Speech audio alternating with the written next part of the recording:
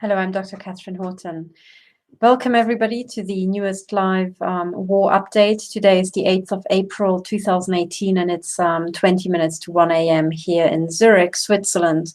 I have just arrived home. I am being brutally mutilated right now as we speak. I had to move out of my bunker because they were machine gunning me to death inside, and the inside reflections just made every shot bounce back and forth, 100 times it felt like. So I have now set up here in the dining room. I have shifted so you can see I'm totally surrounded to the ceiling. You can also see the outer, that there's extra layers of aluminium, 2 extra layers outside this, the reflectix. So just to, show you the entire circle up here, this is where I sit, okay?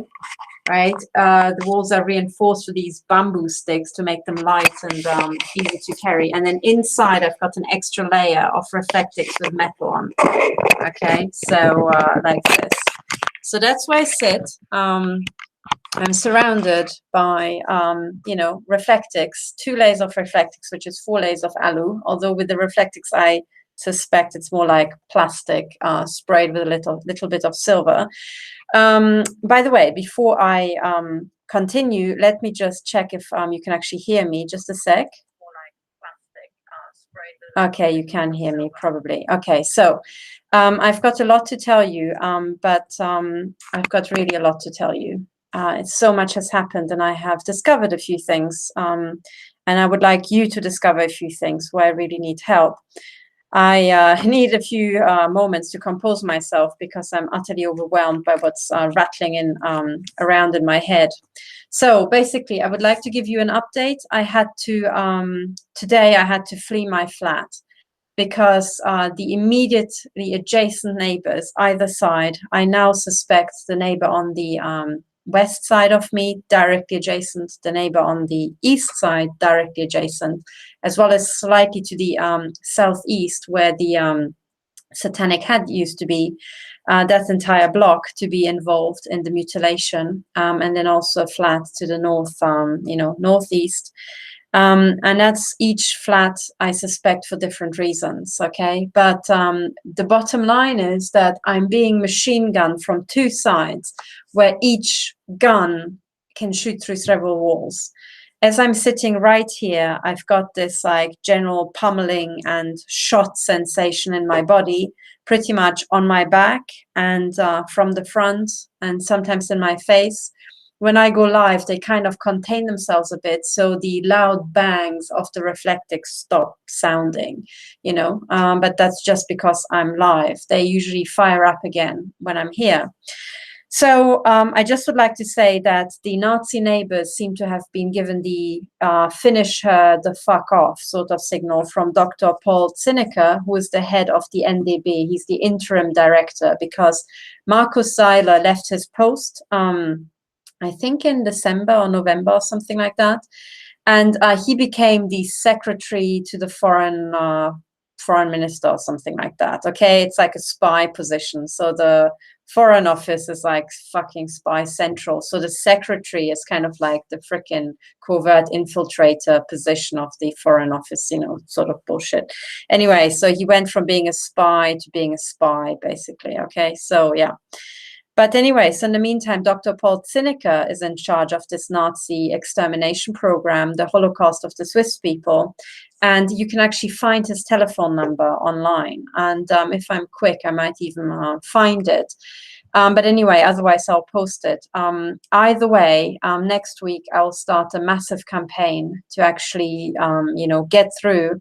Well, I probably can't get through and they'll probably murder me. But in my murder, I would like to implicate as many officials as I possibly can. In other words, I'm now with the strategy of, it's like when do you ever play this game in, I don't know, wherever you are in America or in Britain, in Germany, we used to have this game whereby, one person has to catch the others. Okay, so you're playing it in the schoolyard. So if you're the person who has to catch the others, you catch them by just tapping them, okay? If you tag them, they're down and out of the game, okay? They just freeze or they just march off the pitch. So you end up, spending your entire break running around, expending energy, but very refreshing, in German schools, which are dead boring. But anyway, this kind of like tagging and taking them out, I'm playing that game, okay? And I encourage all the victims to play the same game, because now we know, we have written evidence, and more evidence is coming, that the secret services have planned and put into place a global Nazi holocaust. And I have published the numbers. They are planning to kill off, I think, 83% of the Americans, 78% of all the British, something like 63% of the Germans, if I remember correctly, and 33% of all the Swiss. Now, you might ask, why the hell only 33% only? Why do you only kill every third Swiss person? Well, the reason for that, in my view, is twofold. Number one, Switzerland is the headquarters of the fucking Nazi mafia, and has been. It's the headquarters of the Vatican mafia. That's where all the criminals are. Okay, so they're not going to kill themselves. They're going to kill the Swiss who are not members, not high up members of the cartel, because the cartel is also relocating to the Himalayas, being a better Switzerland, really. So they're going to fuck the Swiss, okay? That's what I'm trying to tell the Eidgenossen, but they're not really listening because I'm just a woman, So, but anyway, they will get it eventually. But the other reason why they are only killing 33% of the Swiss is because Switzerland, you might not know, has only about just over 8 million inhabitants. Now, Greater London, depending on which estimate you take, has about 10 to 12 million. So Switzerland, the entirety of Switzerland, is smaller, significantly smaller than London. Okay, so it means that if you kill every third Swiss, you have pretty much paralyzed the country, and you can do whatever you like. Okay, so yes, and then you can think about who is going to be every third Swiss. Is that going to be the oligarchs who are, romping around? Is that going to be the people who are running the military bases? Them too, because you want those military bases. So all these old Swiss families have to go, but then most of the time it will be the 33% will be not just 1 in 3 where I am. It would be probably everybody where I am. Okay, so my stupid fucking Nazi neighbors who are machine gunning me are too fucking dumb to do the data analysis and actually figure out that they're going to die too. So it is for this reason that when I released the neighborhood campaign, I made a point of explaining to them the basic physics of microwaves. Okay, if you're microwaving a wall, you're going to be hit on the face by exactly 50%, thereabouts. I get 50%, they get 50%. So they're irradiating me because they want to kill me off, because I'm actually trying to save their lives, ironically. And then with the other 50%, they kill their neighbors and themselves, and they're irradiating their own children. And there are actually some very young children where I live, nearby, either side of the house. Well, those children, after 2 years, because children are very small, so microwaves penetrate children, right? And their vital organs and their brain especially much more easily, okay? So you can forget about the children, and say thank you to the fucking Nazi Swiss around me.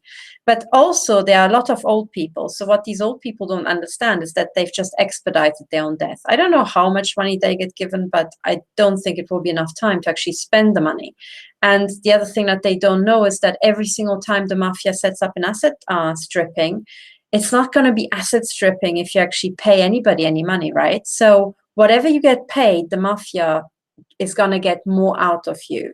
That's just how the game works with the mafia, okay? The bank, always wins. The house always wins. Just like in roulette, the bank always wins, okay? So it's ironic that the Swiss don't understand this.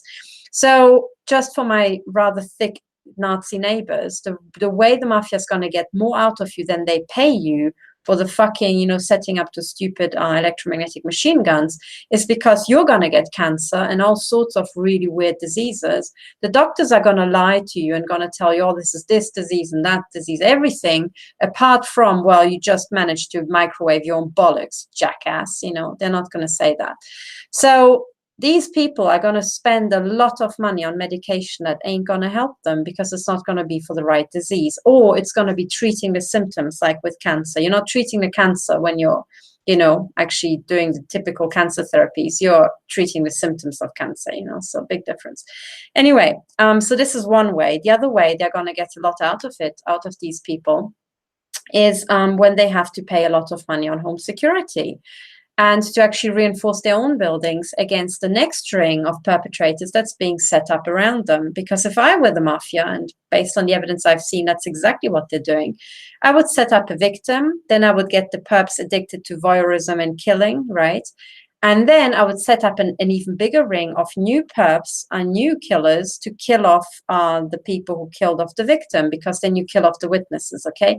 So this is how you get a really big genocide really quickly, because the killers kill the killers, and in the end you will end up with just killers, basically. But that's what you want. You end up with the outer ring of just Masonic, in on it sort of people, and they're the ones who survive. But they are typically not going to be the ones who are in the killing in early on in the game, So my neighbors are to die, okay? And what's really funny is that I can leave Switzerland anytime, and I'm not going to count towards the 33% of the Swiss people. So they are, because they don't have anywhere to go. They're Swiss and they live their entire life here, and they probably don't speak foreign languages. So anyway, so that's just the context of what's going on here. But the bottom line is, I had to flee from my study because the machine gunning was just so insane. I had about, a few hours of still machine gunning, but not quite as bad.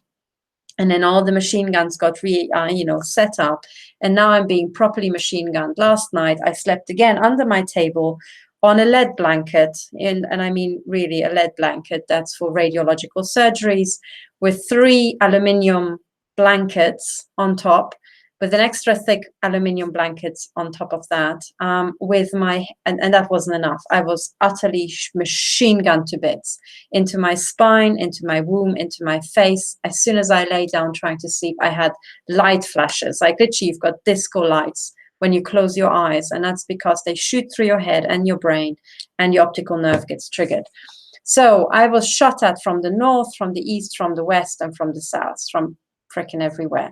So I had to I slept with baking trays, metal pans over my head, and with, I think, 6 big rubbish bags stuffed with old aluminium, so really thick aluminium layers. And that is how I could fall asleep.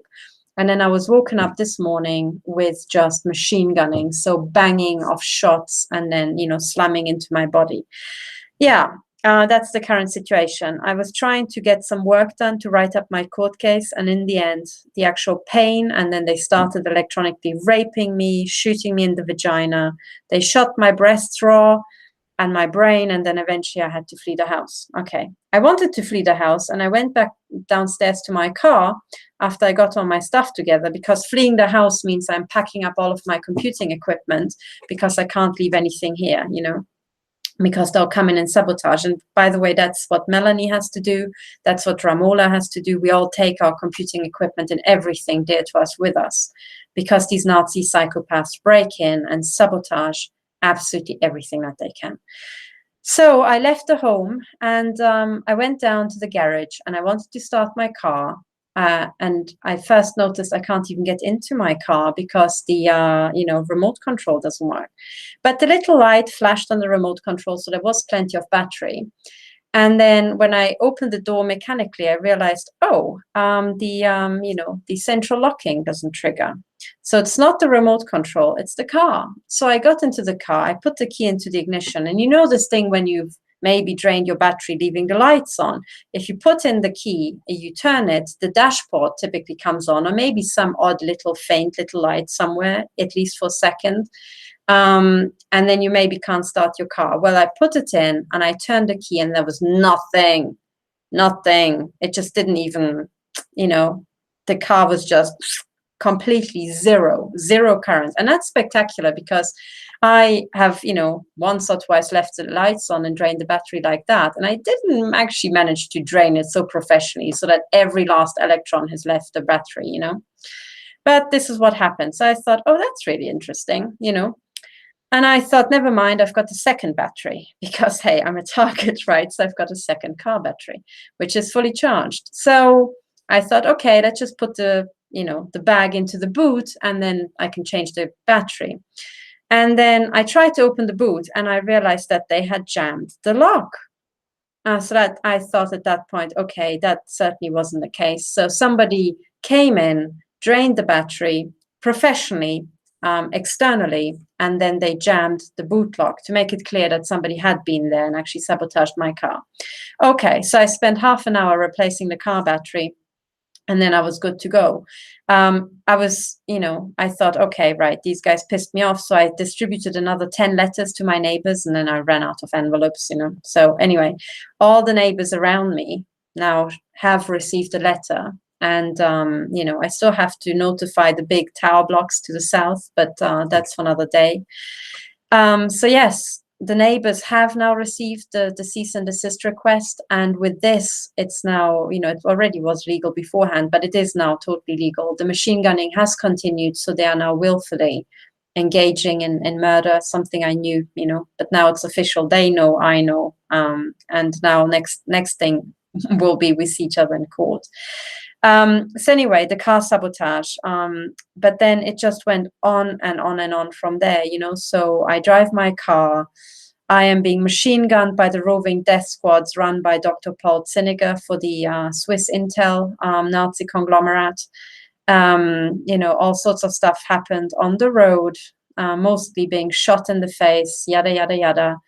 At some point, I drove across to Germany where it just continued. So gang stalking, every shop I go into, I filmed the gang stalker who was kind enough to wait for me until I came, then do all the gang stalking. I'm a gang stalker. I'm even wearing black and white, so that, I also do look a bit Masonic, not just like your average tramp. And then, he was kind enough for me to wait when I came out again. So I managed to get good, I would call it textbook documentation of gang stalking bullshit. Okay. And it just went on and on and on and on. So anyway, this was Constance in just south of Germany. So this is the border between Switzerland and Germany. A lot of Swiss go over there because as soon as you cross the border to Germany, all the prices halve in real terms. Everything is exactly half the price. So there's a lot of traffic. Today was a beautiful day.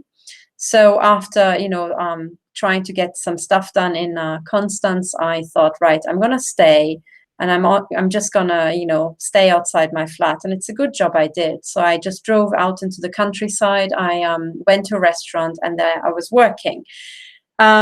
Interesting what happened. German intelligence followed me and then they poisoned my food.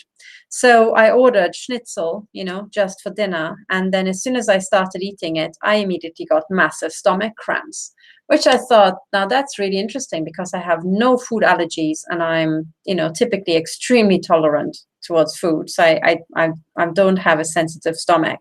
Anyway, it was clearly some sort of poison. But then I realized, yeah, I do get these stomach cramps, but then they stop.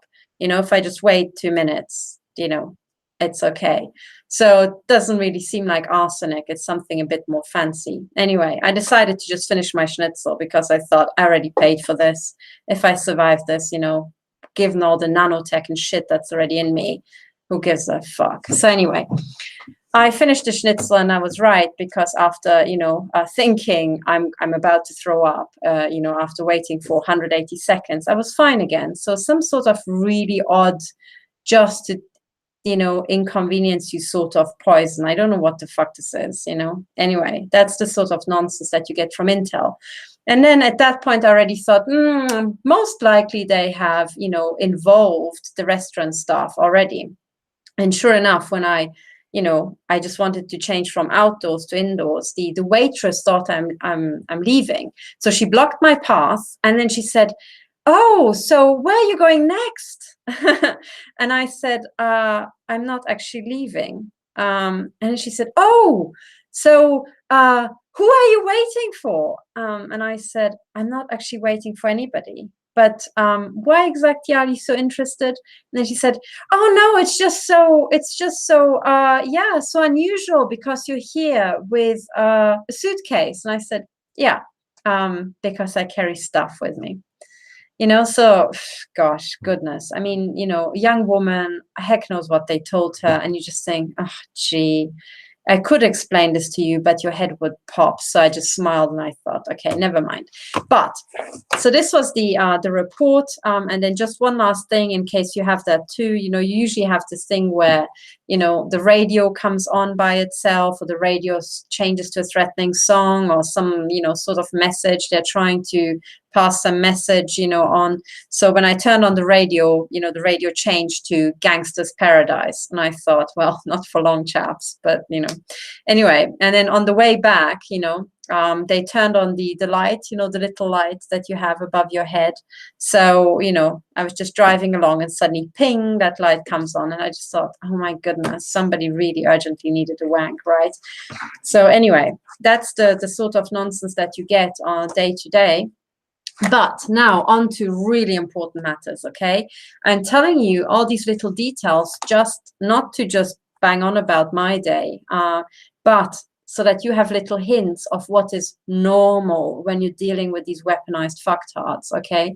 So if your radio changes, Intel has sabotaged your radio, or they sabotaged your car, or they drained your battery, or they turn lights on and off as you're driving, that's normal, okay? And the reason why they do that is because they have to run a massive genocide, okay? And for that, they have to get a lot of really dumb young people hooked on Intel games, okay? This is a sort of gamification, okay? So they're trying to get these teenagers and people in their early 20s who look like they're barely got, you know, 2 brain cells, kind of to feel important about themselves. And, you know, so you do that with little games, and it's like, ooh, you can remote control a light in another car.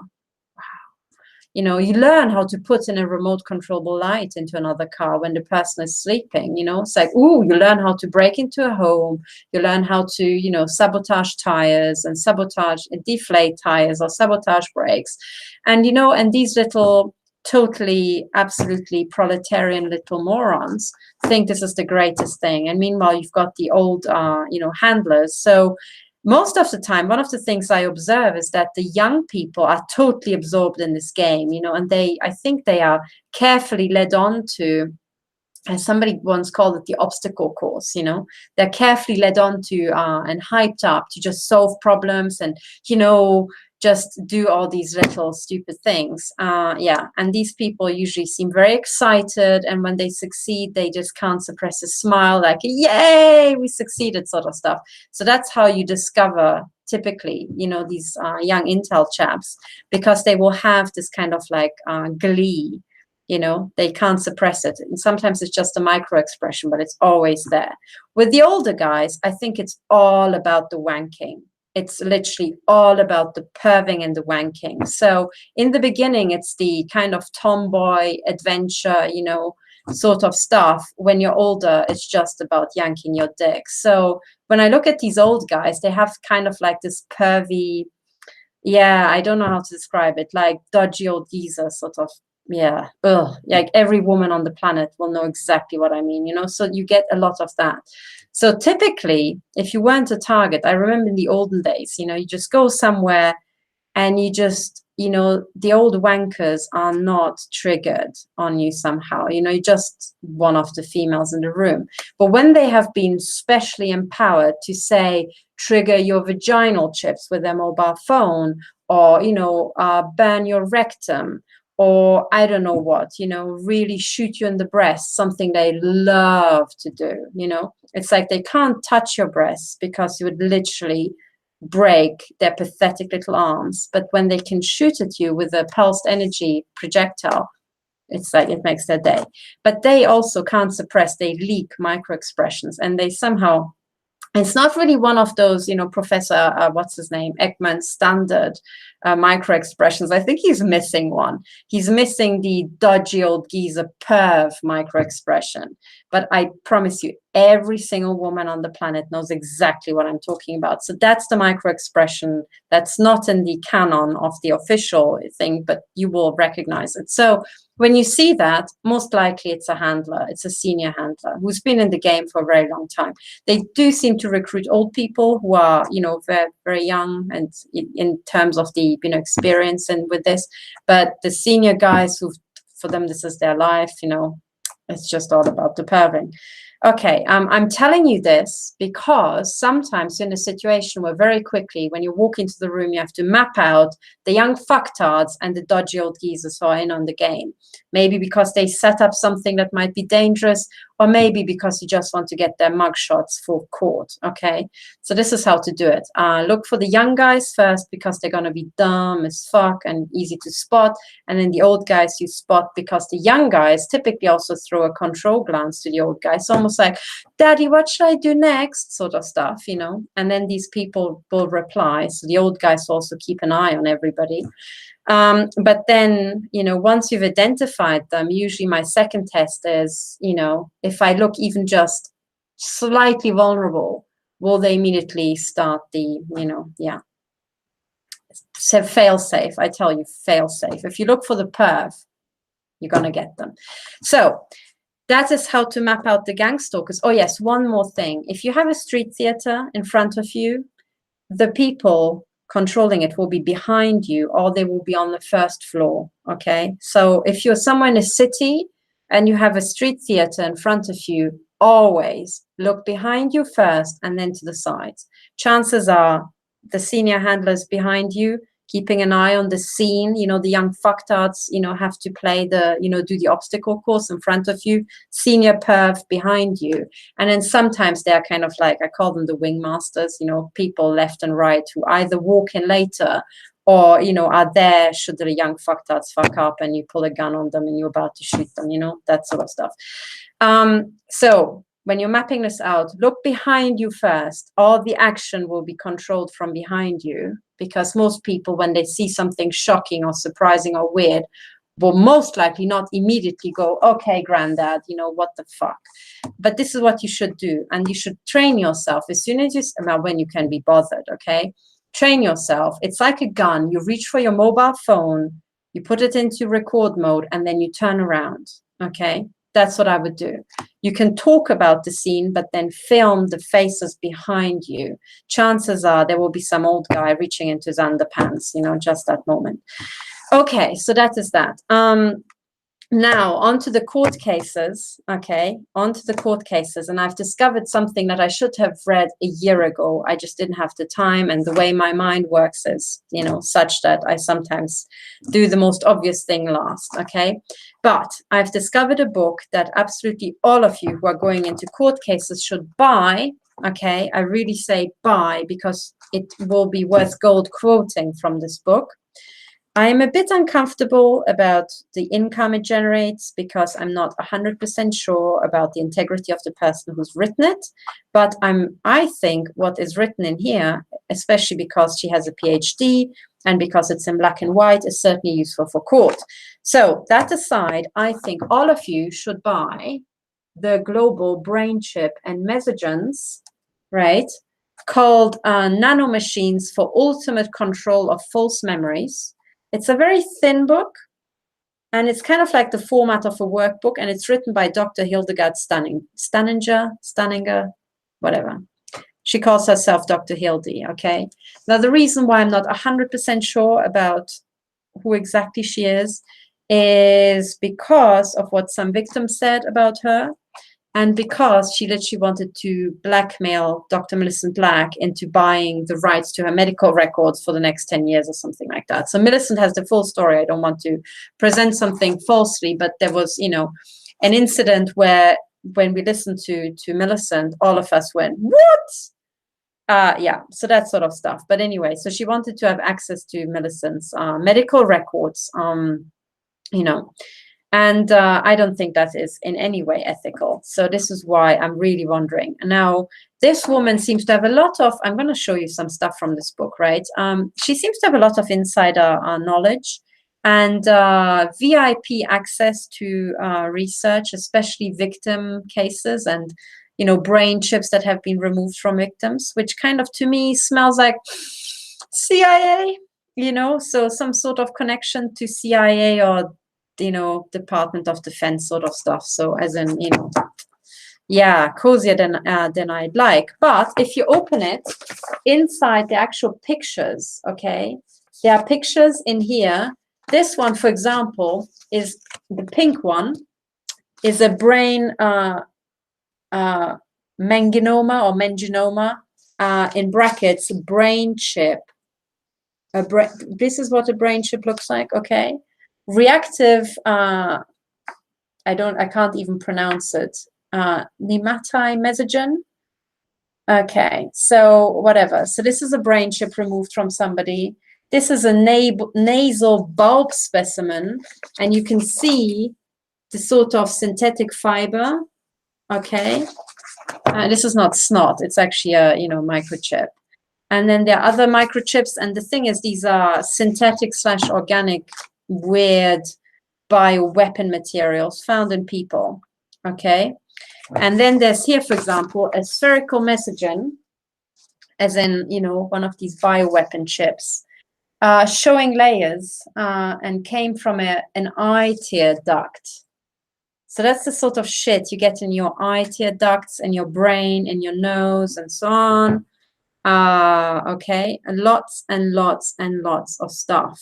Okay, also brains of these brain samples, stuff that came from ear canals, that's synthetic chips, and so on and so on and so on. And then you'll find the same sort of, if you look at this diagram, this looks like the X-ray fluorescence. I have to read it. I just started reading it, but it looks like the X-ray spectra that I took at the Paul Scherrer Institute for the Melanie's throat implant that showed a massive spike for titanium. And these ones show spikes for carbon and is this calcium? Hard to read. But anyway, okay, so it's the same sort of stuff, and you can check the content of this. Why am I telling you all this? Okay.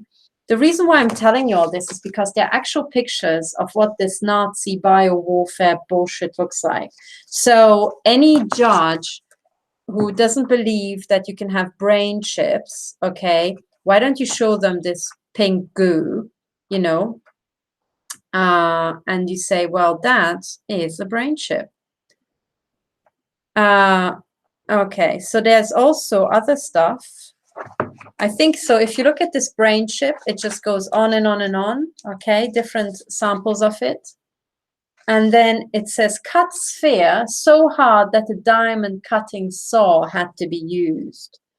So you've got a piece of rock in your brain that's so hard that you can't cut it unless you use a diamond cutter.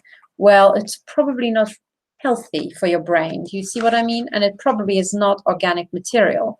Yet people have been found with this shit in their brains.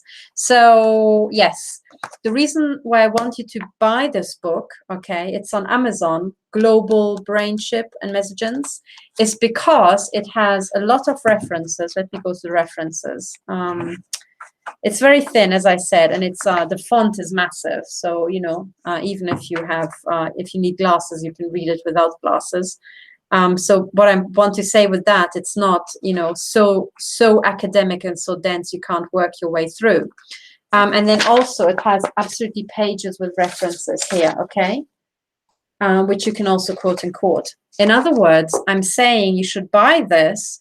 And should some retarded police officer with maybe, you know, primary school education tell you that you're, I don't know what, funny in the head because you're talking about brain chips, you go, oh, look at this. Okay, monkey, look here.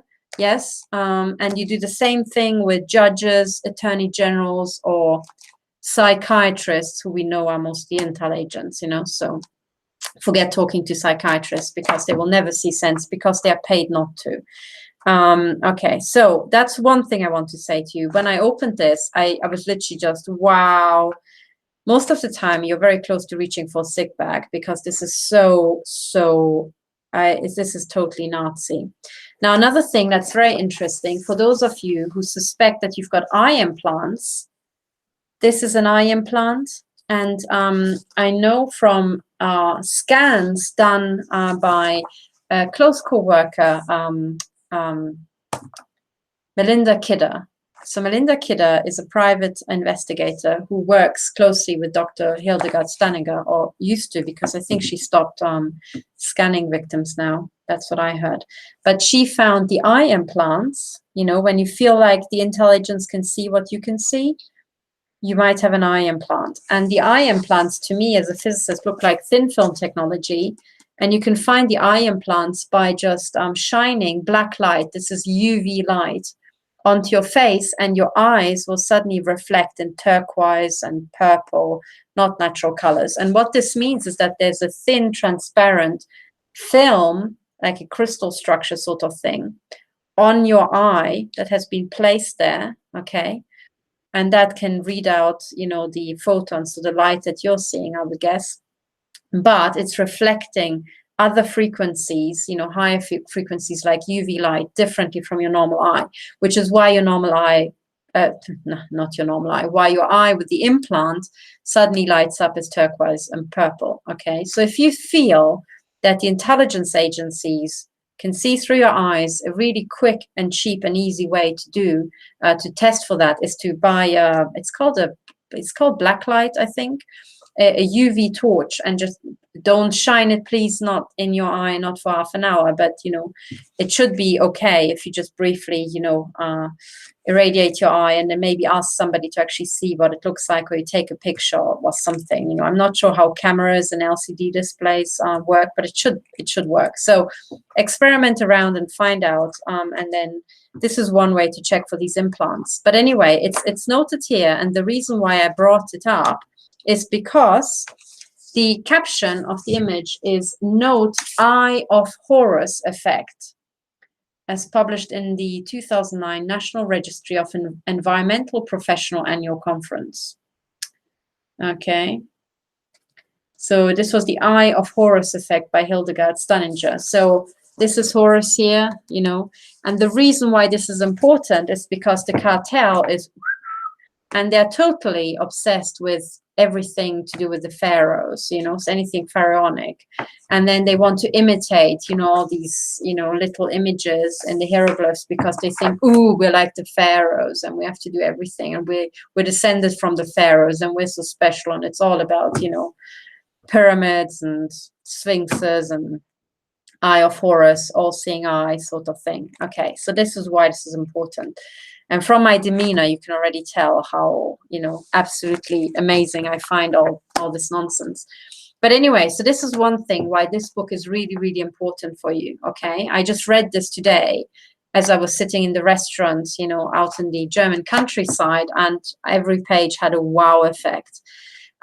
So the other thing you need to know is that when you're in court, you can quote books, and lawyers frequently do. It's not just legal books. You can quote expert books, and Dr. Hildegard Steininger, for better or worse, is an expert. Okay, so you can quote her, and you can certainly photocopy images from books to get it home to judges that this is real.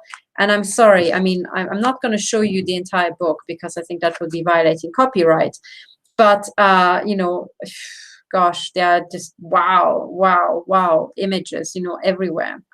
And these are images taken with microscopes, maybe even electron microscopes, and then, you know, different X-ray methods and so on. But the point is that this is all real. Now, the other thing I would like to draw your attention to in this book, and this is something that you get when you buy this book, is a list of perpetrators, okay? Because you get, for example, an entire list of all the companies that are involved with the DARPA is involved, so with the DARPA research, the Defense Advanced Research Projects Agency, catchy name, and then, all the other Nazi companies, because these are Nazi companies doing Nazi experiments on unsuspecting victims, being pretty much most of us.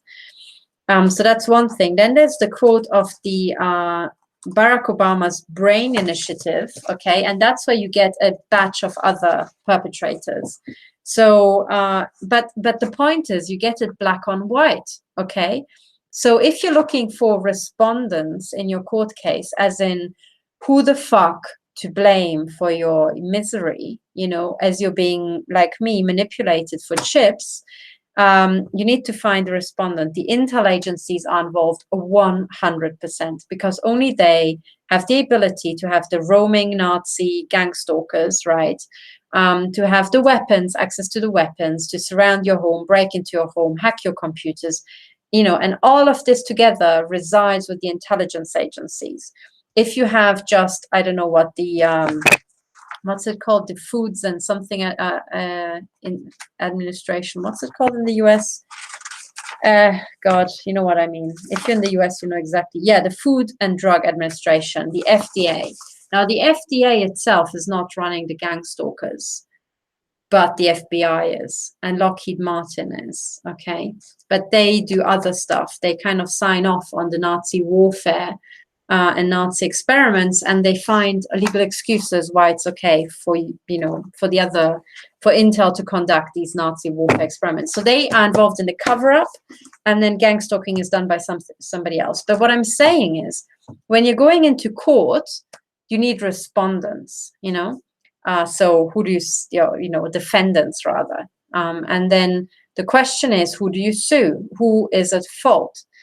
So the intel agencies go on the list, and then in another entire massive list of people involved can go on. And the beauty is that when you quote this book, you don't have to have insider knowledge. You can just quote somebody who has, and who was kind enough to write it down, put it down in writing, and put their name to it. So that's what you get with this book, you see. You buy this book, and then you can photocopy it for your court case, okay? And then you put it straight in, and then you put the list of respondents. And then another thing I tell you is that don't be afraid to put a long list of respondents, okay? In fact, it's even better if you put a long list of respondents, because some of those must be involved, okay? You as a Holocaust victim can't be expected to find out who exactly is involved. That's actually the task of the police, but the police is captured in part of the criminals, okay? So in this sort of situation, you just put them down. And the other reason why it's really good to have a long list of respondents is because, you're being tortured, and your children are probably being tortured, or probably were chipped. So you can imagine that there are absolutely millions and millions of damages. So the more CEOs you put on, the more they can afford the damages. Do you see? So it's very, very good to have very, very rich defendants when you're suing, for many, many millions, because this is all premeditated Nazi crimes. These people know it's wrong. They know it's a crime. They just don't give a shit, because some of them are psychopathic and just mentally, damaged, and the other people are just that corrupt. Okay. And everybody involved knows that this is a crime. That's why they have to bend over backwards and go through all these hoops to make it appear legal, because they really know it's not, it's not at all. So this is what I wanted to say, okay? Big, big, big, big news, okay? I finally found somebody who put this in black and white, and this is worth gold. You just put it in, okay? And this is beautiful, because suddenly the entire piece is assembled. Dr. Ronnie Kilder, before she was murdered by Kjell, on instructions of probably Kjell Grandhagen, who was head of Norwegian Intel at the time, before she was murdered, she revealed that Anglo-Saxon intelligence is working together. So the NSA is working with GCHQ to set up this electromagnetic torture system, okay? She even gave a presentation at the 33rd International Conference for Military Medicine in Helsinki, okay? That's how she presented it. So she presented publicly, and it wasn't contested, okay? It's true that NSA works with GCHQ. Now, DARPA is involved in this Nazi bullshit. The NSA is involved in this Nazi bullshit. They work with GCHQ, so all the Five Eyes are involved. In other words, if you're anywhere within the Five Eyes territory and you are experiencing these Nazi crimes, then you can put the same respondents on, okay? Because they're bound to be involved. So, okay, that's settled. So, for example, if I'm being attacked in the UK, as I was, and as I still am every single time I go there, and I notice, ooh, I seem to have brain chips and head chips and all sorts of funky chips, nasal chips, ear canal chips, you know, everything is in here, right? The nasal chips, the ear canal chips, the brain chips, all here with photographs. And they seem to be triggered by the telecommunication network.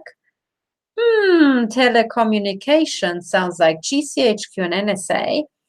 And then I can say, well, it seems like I've got a claim against DARPA as well, and against all the other institutes under international law.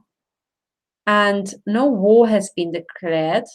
And even if a war were declared, I'm just a civilian. I'm a non-combatant. So it very much looks like war crimes, you know, even if it were a war, but it's not even a war. So it just looks like massive crimes against humanity, you know, being committed by DARPA, by the Food and Drug Administration, by many, many other people. And through the link of NSA and GCHQ and that lovely, lovely international crime cartel called the Five Eyes, I have a claim against these fuckers, which means a lot of money, potentially. Do you understand? And of course, right now, everybody wants to make you believe like, oh, you could never get them. The courts are so corrupt, you can never get justice. But that's not actually true, because the judges are not quite as stupid as the intel agents. And that's because when you're a judge, you have to work through really boring, really hard stuff all day long, and you just get stuff, you know, basically crap for it. You get a good wage, but it's not that great. So the people you tend to get in the judiciary, they might be corrupt, but on average, the distribution, you know, is shifted towards the hardworking, clever side, you know, who is willing to put up with a lot of crap and not get much back for it. Whereas in Intel, it seems to be mostly about fucking and killing, okay? So you tend to get people who are very psychopathic, but they just need to have a lot. That's why you need to have all this perving and masturbation, because these people are basically geared towards fucking and killing is their day job, fucking their reward. So it's all about the wanking, okay? So this is why.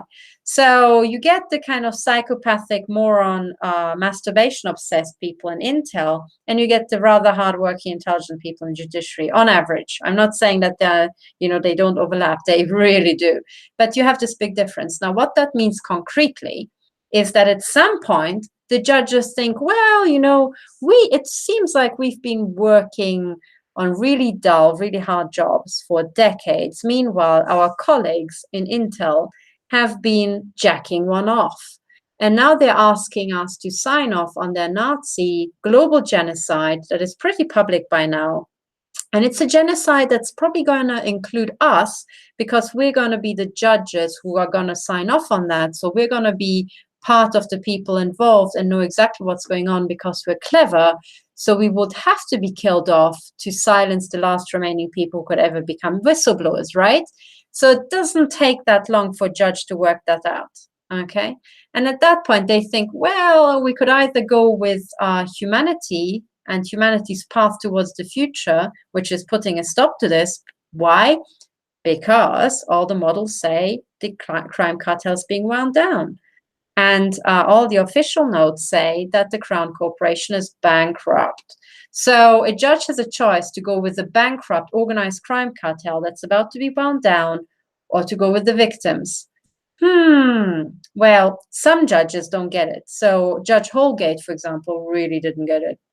but I don't think he's, the cleverest one out there, as he revealed himself. I think there are cleverer judges out there, and those certainly going to get it, and they're going to have to side with humanity, not least because the best game theory model on the planet predicting what's going to happen says that the crime cartel is going to be wound down at 95% certainty. So at 95% confidence, which means, yeah, it's going to get wound down. It's basically a mathematical certainty, okay?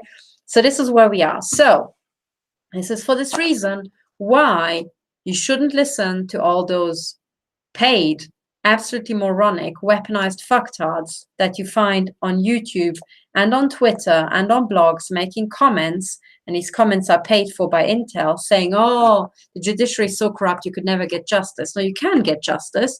And actually, you can get justice rather fast when you make your case to a judge and you get into his head, not the neurotech way, more like the logical reasoning sort of way, and you explain it carefully to him that he's got a choice of either being, eternally fucked if he sides with the crime cartel, or actually help to wind this down and become one of the, 21st century heroes. And the judge knows that, it's pretty late to make a career in, I don't know what, running brothels. So he's probably going to have to stay a judge until he retires.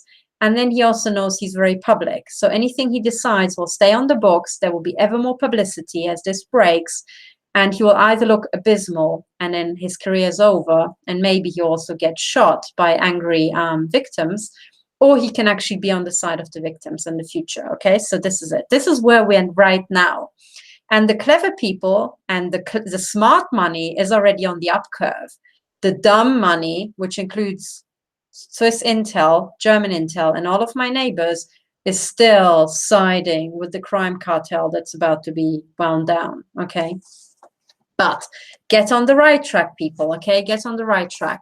So I have to look up how much this book costs, right? I don't think it costs the earth, but it's certainly worth the money because you get color images of brain chips. I'll show you the same one I've already showed. Okay, brain chips and nasal chips, right? Big color images that you can photocopy and put straight into your quote bundle, or you scan it and you turn it into a PDF, and I'll show you how to make a quote bundle. You look really professional. And then that's it. Then you've got your respondents. Okay, so this is what I got out of it today, but I got more out of it today. And that's when I literally almost fell off my chair. Okay, because I opened this, there's a dedication, and then I started reading the introduction. Okay, and it was on the second paragraph where my jaw just went clonk. And the reason why my jaw went clonk is because I was in this rather awkward situation that I know for sure I was gang stalked in Oxford by Lord Jonathan Sumption, who's by now a Supreme Court judge. I also figured out that he was university pals with Sir John Scarlett, who became head of MI6. So I worked out, okay, if I'm being mutilated and assaulted all across, Europe in a sort of MI6 sort of way, and my main stalker, who appeared over and over and over and over and over and over, including in Munich, 50 meters from my home, if he was the university friend of the then, later on, head of MI6, then that's kind of explained, okay? I won't have a hard time getting it across to a judge. But then I also figured out later, as I was writing up my case, that I'd actually, by just having memory flashbacks and actually putting the puzzle pieces together, I figured out that I'd already had brain chips pretty much from the year 2000. Okay, I figured out that there were near fatal synthetic telepathy experiments that British Intel ran on me in 2011 in Oxford, and that French Intel ran on me in 2010 in France. Okay, 2 car accidents, near fatal, and the only reason why I survived is because I had this super fast, unnaturally super fast internal dialogue that was computer steered, as I now figured out, that just saved my life. It was a totally unnatural thing, and it saved my life in both cases. So this means I was hooked up through my brain chips to the synthetic telepathy network that's being run by Intel That's basically the telecommunication network interfacing with your ear chips and your brain chips. Okay. I was hooked up to that at least from the year 2010 onwards. And then I worked back and I was like, oh yeah, that was odd. That was really odd. And now what I know about synthetic telepathy, I was like, hang on. I think I was already an Intel, puppet and an Intel little experimentation toy for the geriatric old wankers, at least in the year 2010. And then I suddenly had this flashback and I remembered, oh yeah, I remember being stalked by a bunch of pervy old geezers the first week I went up to Oxford. Of course, I now remember. I remember being photographed in my face as I opened the gate and went into Hertford College by an old wanker waiting there for me. I suddenly remembered being photographed walking down the street by a guy who behaved oddly. And I was like, okay, good, okay. So then I suddenly thought, hang on, I'm certainly, a sex trafficking slave and a human experimentation slave of British Intel, and have been since the year 2010. But how does Oxford come into it? And then I thought probably Oxford is where British Intel runs all the Nazi experiments. And I had to somehow prove the link to Oxford. So imagine I'm opening this book and I'm reading the second paragraph, and then I suddenly read the following sentences. Currently, we have now the interface of artificially intelligent medical devices that will treat cancer and critical care patients remotely. Okay.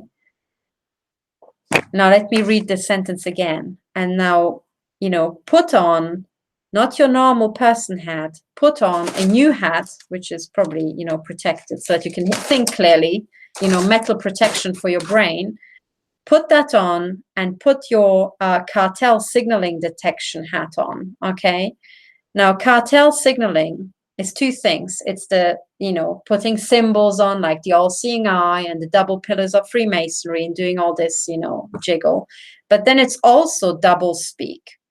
It's also code words that mean something to us muggles in normal world, but means something else in, Intel wizardry, knob yanking world, okay? That's double speak. So let me read the sentence again and try to detect the double speak. Currently, we have now the interface of artificially intelligent medical devices that will treat cancer and critical care patients remotely. Okay. Now, what if critical care patients was a code word? To us, it means people who are critically ill and they need the care of the medical industry or doctors, But critical care for the cartel, what would be critical care for the cartel? Well, it would be those people with a functioning brain that they don't control yet, and that, maybe people who are intelligent enough to cotton on to the bullshit schemes and these Nazi schemes that these nutters are up to. So critical care is the critically important care the cartel has to give towards those people who might become dangerous to them one day, like me or anybody else, like a whistleblower from Intel or a whistleblower from police or anybody. We are critical care and we are patients because they're going to give us the treatment. Do you see? This is how doublespeak works. Yes? Do you understand now? And when you read this book, my word, okay, when you put on your doublespeak lenses, maybe think of it in terms of glasses, you put them on and it's like, oh my God, what does this book tell me? So this is how you have to think. Okay, so let's start now. And now comes the bombshell. Currently, we have now the interface of artificially intelligent medical devices. Artificially intelligent medical devices. So medical devices with AI. It means they have a little brain and they think for themselves, those little dears. Okay, so you have chips in you that have a will of their own or an intellect of their own. And perhaps one day they become faster and much more lethal than your organic brain, and it's already inside you. Is that reassuring? Okay. So artificially intelligent medical devices that will treat cancer, and maybe also remember that cancer might be artificially induced by the cartel. which would explain the absolutely exploding cancer rates. Okay. So treat cancer. So in other words, treating cancer with these artificially intelligent medical devices would mean that it's a business scheme, a business plan whereby the cartel gets you to have cancer and then it treats you. Okay. So it's what Lloyd Blankfein called a market maker. They're a market maker. They make themselves a market by just irradiating you with microwave weapons while you're sleeping, or by giving you a mobile phone really cheaply, and you put it in your pockets, really nice and close to your genitals, and you irradiate your reproductive organs, you know. And then they say, oh, you've got cancer.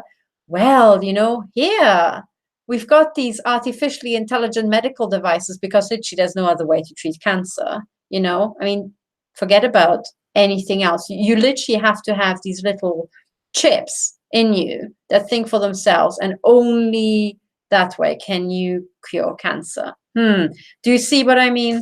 This is why it's really fucking important that you read this book and that you start thinking this sort of stuff, because you know what I'm trying to tell you? They're trying to kill you in a way that you will spend all your money in the process when you're dying. Do you understand? And this entire thing is artificial. It's a business plan.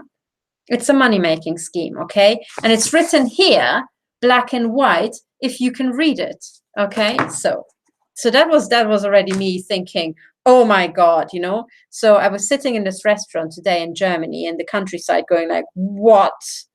And then comes the next sentence, you know? The universities of Nottingham, Oxford, and Warwick are the leading blue sky research into artificially intelligent medical devices that will improve the treatment of cancer and intensive care patients.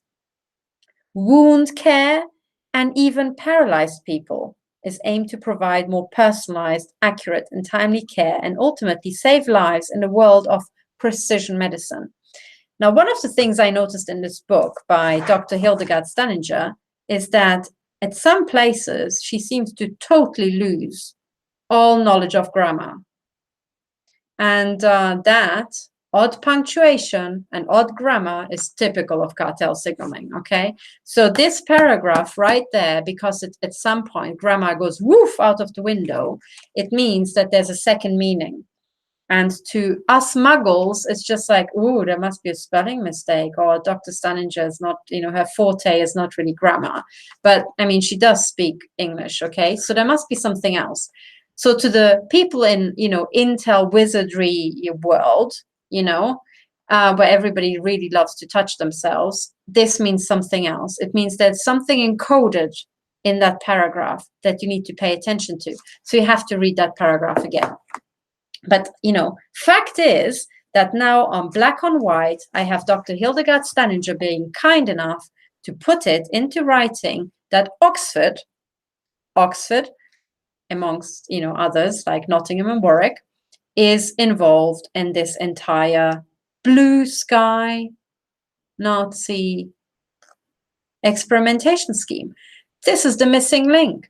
I was looking for an expert to quote in court to explain to a judge how it came that little foreigner me, right, who doesn't fit into the Nazi families of Germany nor the Nazi families of Britain, ends up being used by Oxford like a little guinea pig with no human rights, absolutely nothing, being just shredded to death for some Nazi experiments. So voila, here it is, black and white. I have been picked, most likely, because I have no connection to the Nazi families, because I don't matter in the world of Freemasonry, because none of my fathers and grandfathers were ever Freemasons, because they actually were honest, hardworking people, and because they were also on the takedown list of the Romanian Securitate, the Romanian secret service known for its utter ruthlessness and total stupidity. These people were mostly illiterate, right? But they could kill. So anyway, that explains it. And then Oxford is, you know, involved in this Nazi research. They need little guinea pigs, human guinea pigs. Who do they pick? Little Catherine.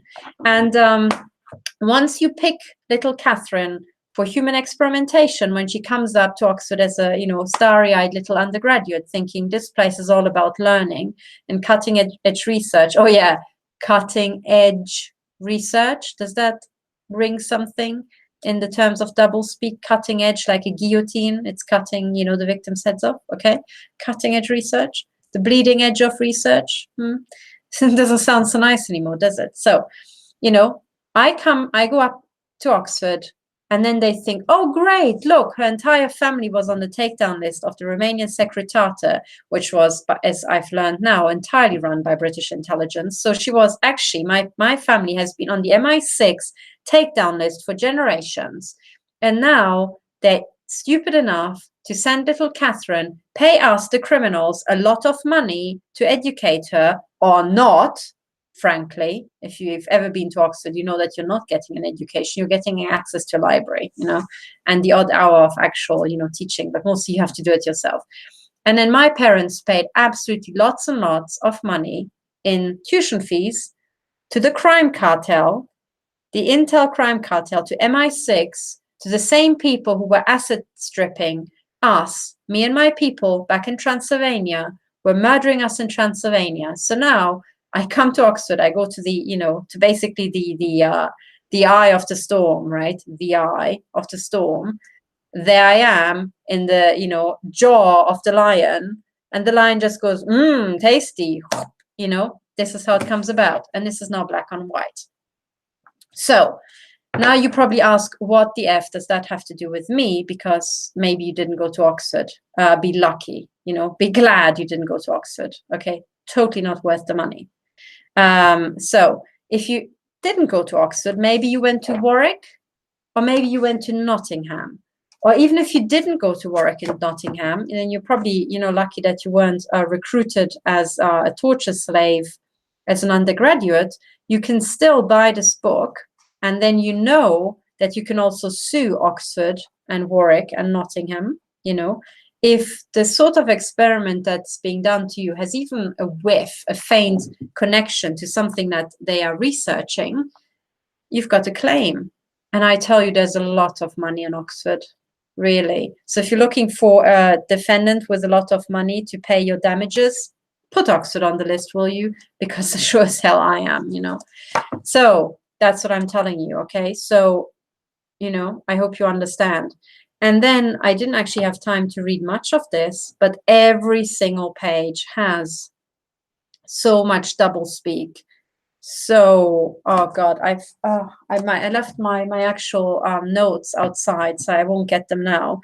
I leave it to you so that you can make up your own mind, not being biased or primed by what I'm saying, is doublespeak and what isn't. But one of the things I can tell you should do is you should look for paragraphs where the grammar breaks down halfway through.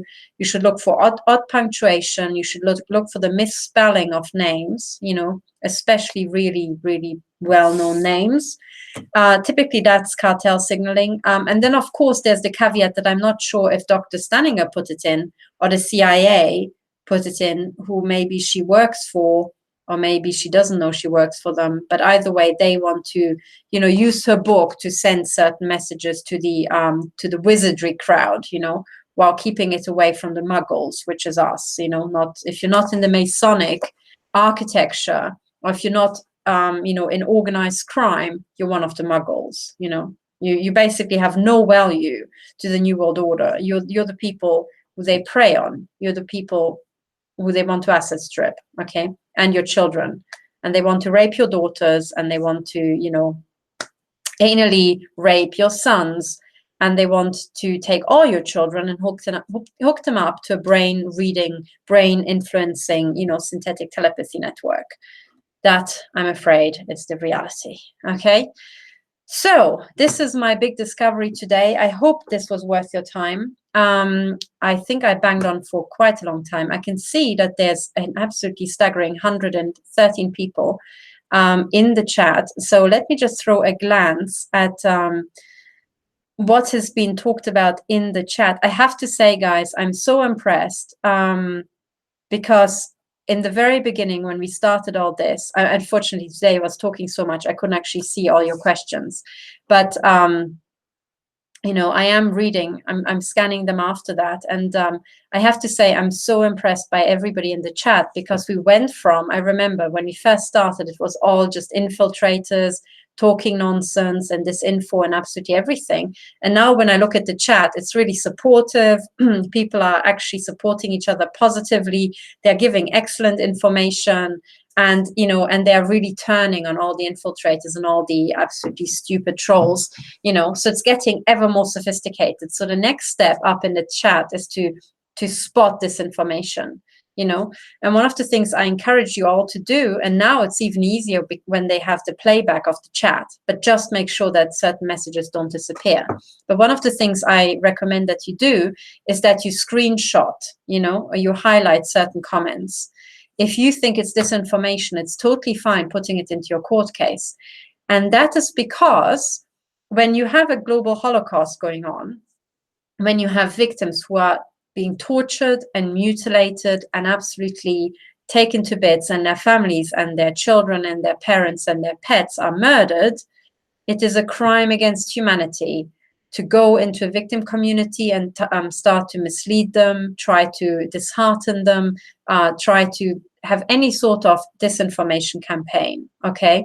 Or especially conduct psychological terrorism. It is a crime against humanity. So all the accounts that are posting, you can screenshot them and you can make those respondents as well in your court case, as in you can bring damages against them as well. And in the end, all these people can, will have to pay into one big pot of money out of their own private expenses. And the other thing you should know is that the UK brought in legislation, which is, what's it called? The Something Proceeds from Crime Act, It basically says, or tries to shift humanity towards the viewpoint that no one should be entitled to profit financially from crime. There's still massive problems about actually enforcing it and clawing money back from drug dealers and human traffickers and all this sort of stuff, but we're getting there, okay? So this is it. Right, guys, I have now spoken at least for an hour, if not longer. I don't want to tax your patience any longer, but I've got a couple of announcements to make, okay? This is really important. Let me get the first one out of the way. The very first one is my PayPal stopped working because PayPal, they seem to behave like criminals, and therefore I will call them criminals. That's my personal conclusion based on how they have acted. I want to warn you that PayPal's terms and conditions contain a phrase that they can bar anybody from their service for any reason or for no reason at all. And this sentence, any reason or no reason at all, appears in our terms and conditions. And that's the way of the cartel. Okay, this is a blanco check for wanton discrimination. And we all know who is going to be on the receiving end of that, and it hit me. Doesn't matter, because that's wonderful. So there's a Romanian proverb. I don't actually speak Romanian. I'm Hungarian, from Romania, from Transylvania. But my parents speak Romanian, and the really wonderful little folklore, proverbs, they translated for me. So I happen to know that there's a Romanian proverb saying every kick in the butt is a step forward, right? So if you're being kicked in the butt really hard, you kind of fall forward. So you take a step forward. So this wonderful kick in the butt from PayPal incentivized me to look for alternative payment providers. And I discovered that if I just use TransferWise instead of PayPal, I don't have to pay PayPal's fees, which are shockingly high. I'm about to finish the accounts for last year. Sorry about the delay, but they will be able to read how I spent every single penny that I received, okay? What measuring equipment, what, protective shielding, what trip did I take, what hotel, why did I go there, which victim I was helping, what did I get out of this? All of this will become transparent. I'm sorry I couldn't do it last year. Last year was a total holocaust for me. I struggled to cope. I still struggle to cope. But you will get full disclosure how I spent the donation money. But you will also see how much money PayPal creamed off, and it's shockingly high, okay? Now with TransferWise, it's actually mild. It's okay. They have no fees. And the way they do it is that they give you a bank account number. If you want to collect donations in US dollars, you get a US bank account number. It's not actually a bank account that they offer, but it's a bank account that pools all the money. So if you address it to the right person with the right bank account, I'll get the donation. So it's a payment service that kind of has a front, which is are these bank numbers that you can, send money to, and it will arrive here. So now I am in the fortunate position that I can offer a donation service to US donors where it costs them nothing and I get 100% of the money that they send. I can do the same thing with UK donors and with donors in the European Union, in the Eurozone. And for those people, I think by now, certainly in the Eurozone and in Britain, if you do a bank account to bank account transfer, it costs you nothing, unless you're with a really shit bank, but typically it costs you nothing. So it means that I get 100% of your donations. Then I'll get it in the currency that you donated it in, So British pounds, US dollars, or, euros, which is great because, Melanie is in the Eurozone, and my donations are also used to support the JIT members, other JIT members. So if anybody needs help, I pass it to Millicent or Karen, or, we get something for Melanie, or this is how it works, okay? So I'm trying to, look at what's the most useful and then really, make the most of the money. And this means anything that's in US dollars, we can use for Millicent and so on, So, I really try to get the most out of the money.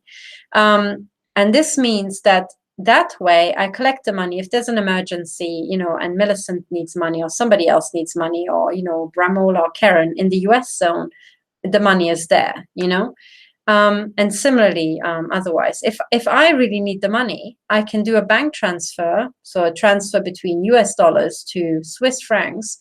And actually, the rate that TransferWise offers seems to beat most of what the banks do, because the banks cream off a lot of stuff. So if you want to find out more, I recommend that you go to my website. Let me just briefly share my screen, because this is useful information, and I'll repeat it from now on. But this is useful for absolutely everybody. So go to stop007.org. If you go to how can you help, or how you can help, I've changed. This is still the PayPal donate button, but I'll remove it soon, okay? But this is now not linking to PayPal anymore. This is linking to an explanation of how you can donate, okay? And there's a link to TransferWise. Now, the thing is, if you use this link, instead of using Google and going straight to TransferWise, should you sign up with TransferWise, I get kickbacks that cost you nothing. In other words, you make a free donation to me if you are using this link to connect with TransferWise, okay? And if you hover your cursor over the link on the bottom left, so down here, okay, but it will disappear as soon as I move my cursor. So look at the bottom left. You can see that the link reads transferwise.com /u/Katherine H182. And this means it's a private link that I generated. And this means if you sign up and you spend something like, or you make a bank transfer for $200 whatever dollars, it's not going to cost you $200. You've just moved $200 to some other purpose, right? You can still receive the $200 on the other end. But either way, I think I get something like $50 whatever dollars in reward just for you to sign up. But it costs you nothing, you see. So if you sign up and you start using TransferWise, what you're doing is you are donating a $50 whatever dollars or euros to the JIT, and it costs you nothing. Okay, so this is the advantage of using this link. It still gets you through to transferwise.com, which you can see in the link itself. Okay, so there's no hidden nothing. I'm not cheating you. I just get free kickbacks. And these free kickbacks are great because, in a sense, these companies are then also bootstrapping us and crowdfunding us, okay? So this is one thing you should know. The other thing that you should know is that if you want to donate, it's not actually necessary to have for you to have an account with TransferWise. And that's because here I explain how you can donate from the US in US dollars, from the UK in British pounds, and from Europe in euros. And in each case, you just make a simple bank transfer for free to a bank account. And the only thing I ask you in each case is please put the purpose of the transfer as donations, okay? Because then here with the tax authorities, I can explain that this is actually donations, you know? And then at the bottom, I also, under the fuck PayPal section, I highlight the bit in their terms and conditions where they say PayPal reserves the right to deny access to the PayPal service to any individual or business for any reason or no reason at all, right? That's the cartel's fuck you clause, at which point we should say, no, fuck you, PayPal. So that's one thing I have to announce. I would like to announce. The second thing, and then I'll really let you go, okay, because it's late. It's 2 a.m. now. The other thing I would like to announce, and I will make an extra video about that, is I am looking more and more into the brainwash of children. On last week's Techno Crime Fighters Forum, I already hinted at that I was watching children's programs on Netflix and analyzing them for cartel signaling and especially cartel brainwash. And I am horrified. I am absolutely horrified at what I find. Okay. I already knew that Disney films had, you know, hidden penises and everything, like hidden in the actual imagery. But most of the time, I consider that to be benign, simply because I myself have been through primary school education and I know what children draw on the walls of, you know, toilet cubicles by themselves. So I'm pretty sure that in primary school, no one's going to get shocked or traumatized by the drawing of a penis. Okay, so that's mild. What's not mild at all is subliminal messaging and priming towards very insidious brainwash, whereby children are being set up to think that intelligence agency work, killing people, spying on people, you know, is cool. It's absolutely not cool. And the other thing that is, you know, kind of children have a propensity to think that's kind of exciting is when you say, oh, this is a secret, you know? So children, because they are new in the world and they want to discover the world's secrets, well, because everything to them is a secret. Like, how does this work? They have no idea. They know that everybody else is in on it, but they aren't. So to them, it's exciting to finally be in on something themselves that maybe the adults are not in on. But this is super insidious because we all know, and as a systems analyst, I know that anything secret is by definition going to lead to something criminal eventually. That is just by the laws of system physics, okay? So when you are brainwashing children into thinking that secret organizations or secret codes or secret this or that or having a secret is cool or exciting or something that should be, I don't know what,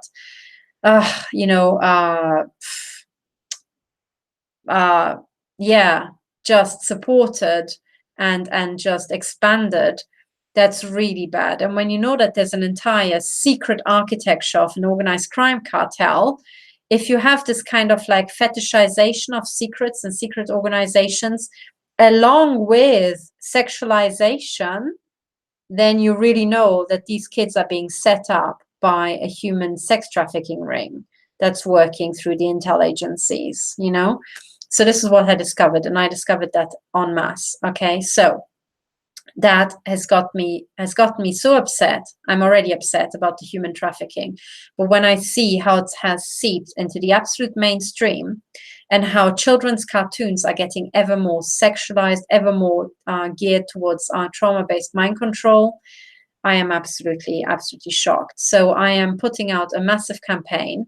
And I'm asking, especially all those white hats and intel people all out there who I know that they're supporting us, I ask you to please, you're probably already doing it, right? But for those who are not, and for those who are, I'm asking you for my sake or for the sake of humanity to up the priority.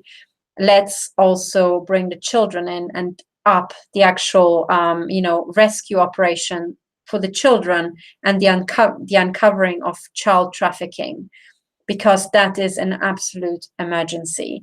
As we're speaking, there are hundreds of thousands of children being trafficked. Okay, I'm not exaggerating. We are looking for hundreds of thousands of missing children. They are being held somewhere. They are certainly being held in, as people pointed out, in the underground cities. Yeah, for sure. But it's not just the underground cities and underground bases. They're literally held all around us. They're being held in hospitals where they're being put through trauma-based mind control. I know that from systems analysis, but I also know that from the reports of victims, okay?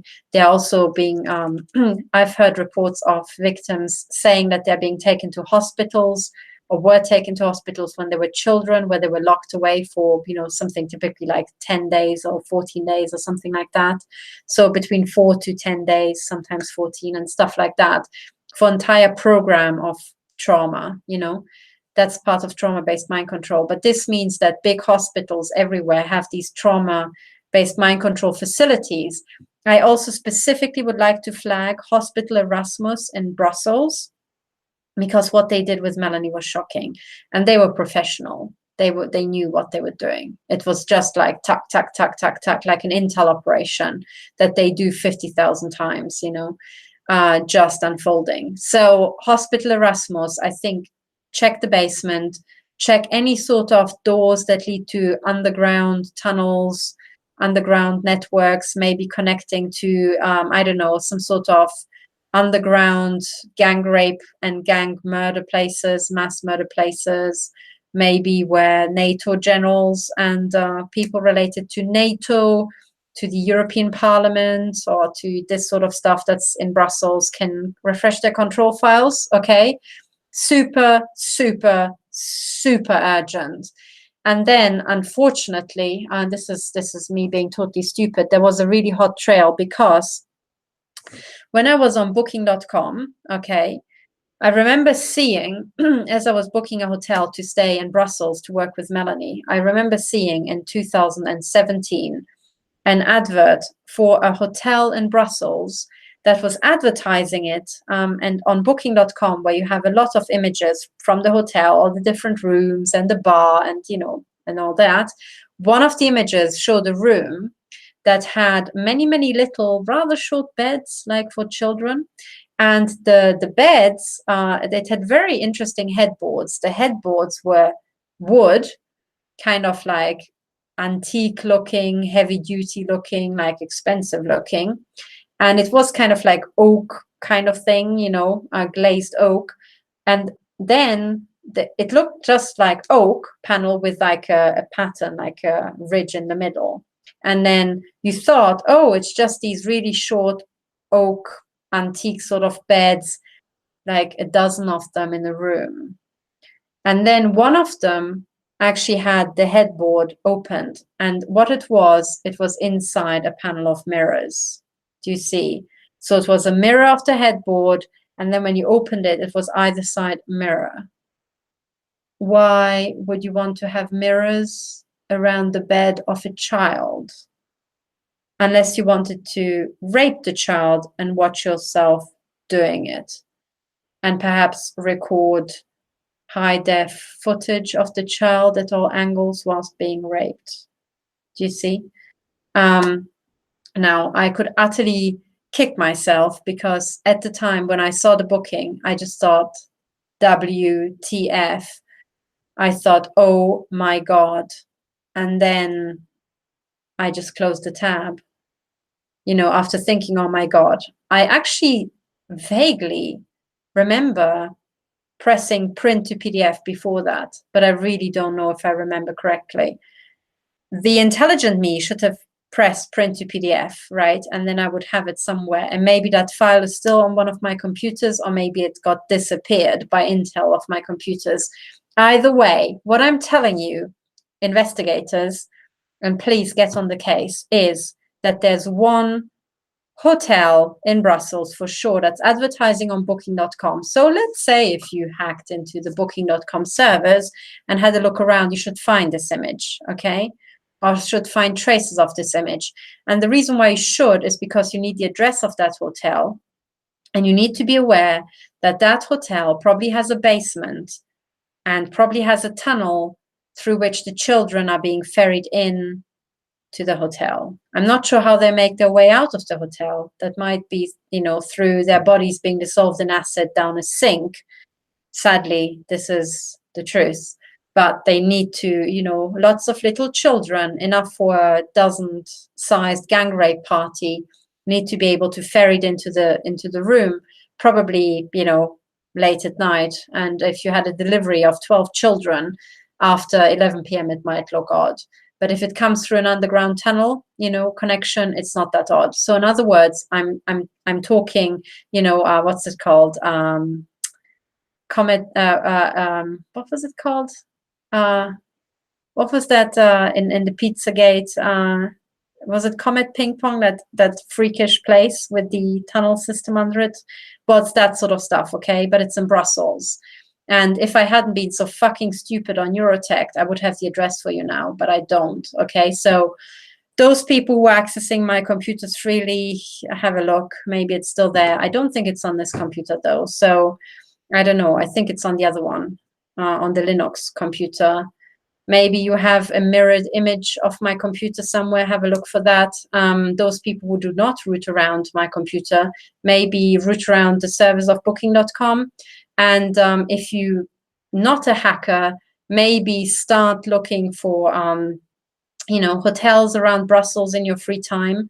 On booking.com, maybe you come across this image. I think with enough of us, we should find this place. Okay, and this is super, super, super important. And one of the things I want to get across to absolutely everybody is that, how to put this? Well, after you've seen the brain chips, you probably can't be shocked. But, the truth is that we have child trafficking as the underbelly of this massive global organized crime cartel in absolutely every town and every city.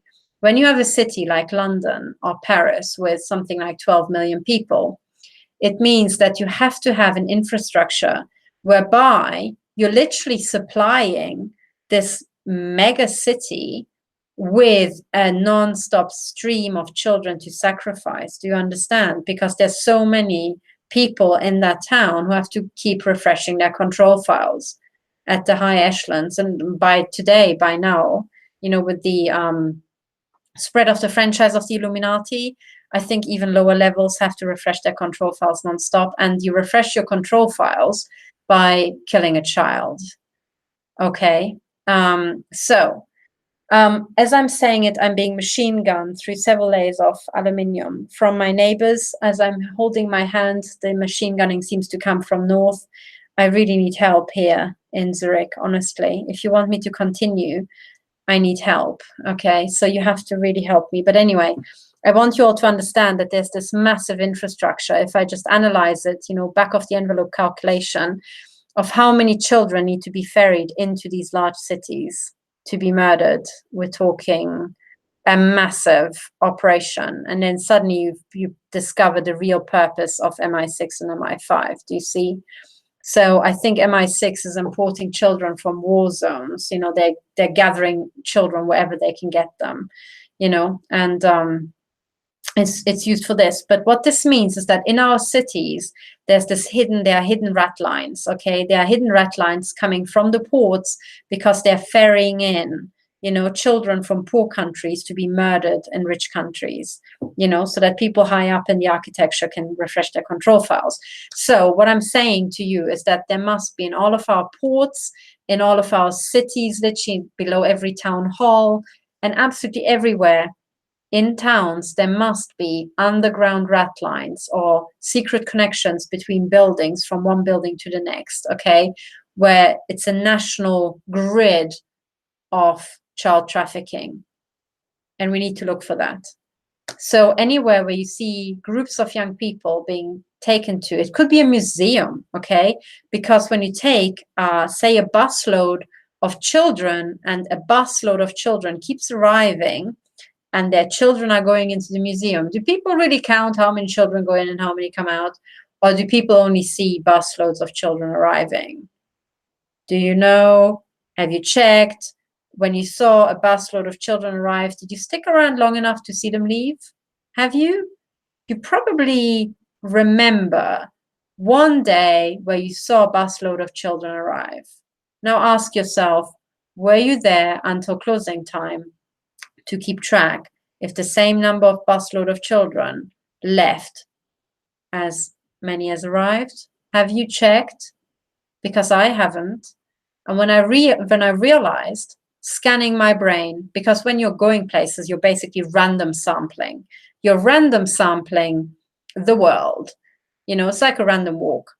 And and at some point I realized, hang on, I many times, I tend to be I'm not an early morning person. Okay, so I usually tend to arrive at places late, and I rather stay to the end till closing time and not so much in the early times. And then I thought, as I was random sampling the world, I have got all these visual memories of busloads of children arriving at places like museums or play fairs or amusement parks, but I do not have that many memories of them being picked up and leaving. I seem to have decided asymmetry between memory images of busloads of children arriving, and I don't see them leave. Maybe it's just me, but just ask yourself, try to, lean back, maybe after a glass of wine when your brain center has been partially switched off and you can really go through memory space. Ask yourself how many images you remember of buses arriving and how many do you remember of them leaving, and try to tot them up, because something tells me that as we were going all these years to museums, to amusement parks, and places where you take children, especially if they're like Disney World and they're really big and really expensive to run, they're probably being run by cartel holders, okay? And it's exactly those people who are running child trafficking and child sacrifice rings, So if you're looking for missing children, maybe that's a place to start. Disney World, for example. I'm not accusing the runners of Disney World of this, but it would be a place to start, but then also think of those places that are closer to town, and then I thought, oh yeah, how many museums are right in the center of town? And who's running those? Oh, the state or really rich individuals. Well, there you go. Okay, so if you're looking for an entry to the rat lines where children are being taken to supply an entire town, just think about, what if it's under your local museum? Because then these children would arrive, they would be taken through the museum. You would see occasionally children walk around, but what you wouldn't see is that these little blue-eyed children who maybe don't know that they're about to be trafficked and, and sacrificed and never to return to their parents or to their orphanages, maybe one by one are taken down, a door to the left, to the right, a totally unassuming, normal-looking door, never to resurface. Because if it were like that, no one in a city would notice, like I have not noticed for decades. And I've been to a lot of museums. Okay? So, again, if you find this unbelievable and you think, how the F can this be? Think about the fact that every government and every society is by now being run by psychopaths at the top, and there's this big Masonic infrastructure. Why Masonic? Well, just because that was the first or one of the oldest front organizations for the mafia. So that's the one that spread the furthest. Okay, you've got Masonic lodges, whatever they are called. So basically, where men are brainwashed, by the mafia. You've got these little factories everywhere. Okay, so I'm putting out an appeal to everybody who's stayed this long to listen to this. Okay, it's really important. It's super important. Check your major hospitals, check your major museums, check your major whatever downtown, because that would be the most convenient to ferry children into the center of a town, make them disappear, and then, spread them around town. And then also think about the fact that it needn't be a very, big and obvious place. Okay. Literally, you can also, if you have enough helpers, and we know that these guys do, you could take, batches of 3 or 4 children and make them, go into some unassuming house that maybe has a rather deep basement, here, then 6 children there, and so on. And you can just, distribute these children. But I expect to find both. I expect to find, fast supply of children, a quick feed into the system, like museums would be ideal. And then also this kind of like distributed stuff. So in other words, please, query your big database, fuck Google and fuck the AI, query your database, because you have a database of images in your head from decades of experience, and ask yourself, where did you see children go into a building, and did you ever see them leave? Like this, okay?